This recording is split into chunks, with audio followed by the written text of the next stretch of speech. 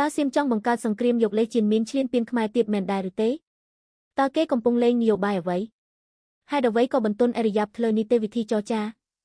កាលណានិយាយអំពីរឿងបន្លាលួសកង់ឡានកុងតឺន័ររបងបេតុងនៅក្នុងទឹកដីខ្មែរខុសច្បាប់យើងពិតជាឈឺចាប់ប៉ុន្តែក៏ចាប់កំហុសសៀមផងដែរផ្អែកលើវត្ថុតាងជាក់ស្ដែងមិនអាចប្រកែកចំណែកនីតិវិធីដែលខ្មែរកំពុងតែបន្តដំណើរការអាចនិយាយបានថាការរុញសៀមឲ្យជ្រើសរើសលើនីតិវិធីយេចំពោះអត់ដែលទូនីតិជាសាក់សីដឹងឬនឹងផ្ទៀងផ្ទាត់វត្ថុតាងចំណែកឯអង្គការសិទ្ធិមនុស្សអន្តរជាតិយួនក៏កំពុងតែសិក្សាពីទីតាំងជាក់ស្ដែងដែលជាកន្លែងប្រជាពលរដ្ឋខ្មែរធ្លាប់រស់នៅត្រូវសៀមគ្រប់គ្រងខុសច្បាប់ករណីចាប់កងទ័ពខ្មែរ18រូបក៏មានការអន្តរាគមន៍ពីអង្គ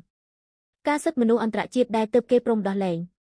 ចំពោះករណីវាជន់មានដើម្បីបង្កើតសង្គ្រាមជុំទី3ខ្ញុំមិនហ៊ាននិយាយថាជាការពិតទេប៉ុន្តែគេក៏ធ្លាប់បានប្រើបញ្ហារឿងនេះផងដែរដូចជុំទី1និងជុំទី2ជាដើមដើម្បីចាប់ផ្ដើមសង្គ្រាមឈ្លានពានខ្មែរដូចជាឆាប់ឆ្កែតច្រកគឺវាបកខំយើងវិញហើយរួចហើយក៏វាមិនខុសពីសៀមដែរវាដឹងច្បាស់ណាស់បើឈ្លានពានខ្មែរគឺខុសច្បាប់បើសិនវាស្របតាមនីតិវិធីច្បាប់ប្រកាសជាចាញ់ខ្មែរដូច្នេះវាមានតែវាខ្មែរដើម្បីឲ្យខ្មែរព្រមតាមលើអ្វីដែលវាចង់បានប៉ុន្តែសួរថាតើខ្មែរយើងទទួលយកបានទេ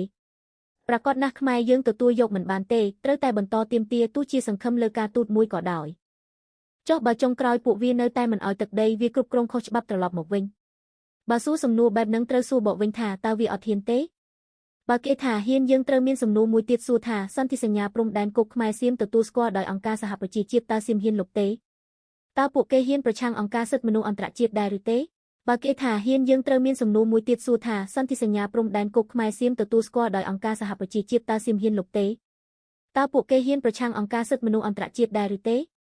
គេហ៊ានប្រឆាំងអាស៊ានអាមេរិកចិនដែលចេញមុខមកអន្តរាគមន៍ដែរឬទេ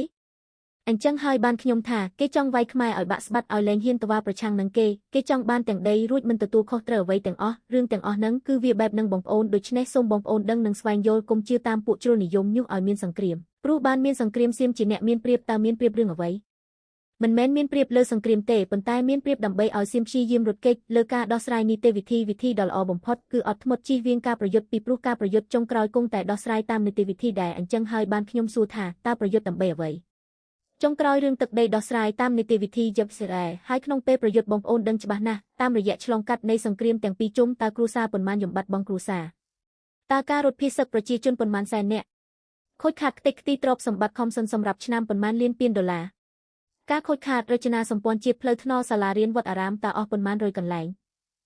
ងនេះហើយដែលយើងជ្រើសរើសនីតិវិធីទាំងទ្វេភាគីនិងអន្តរជាតិវាត្បិតថាជាសម្ពាធនៃការរងចាំនឹងយូរប៉ុន្តែបើបដូរនៃការប្រយុទ្ធតើមួយណាល្អជាង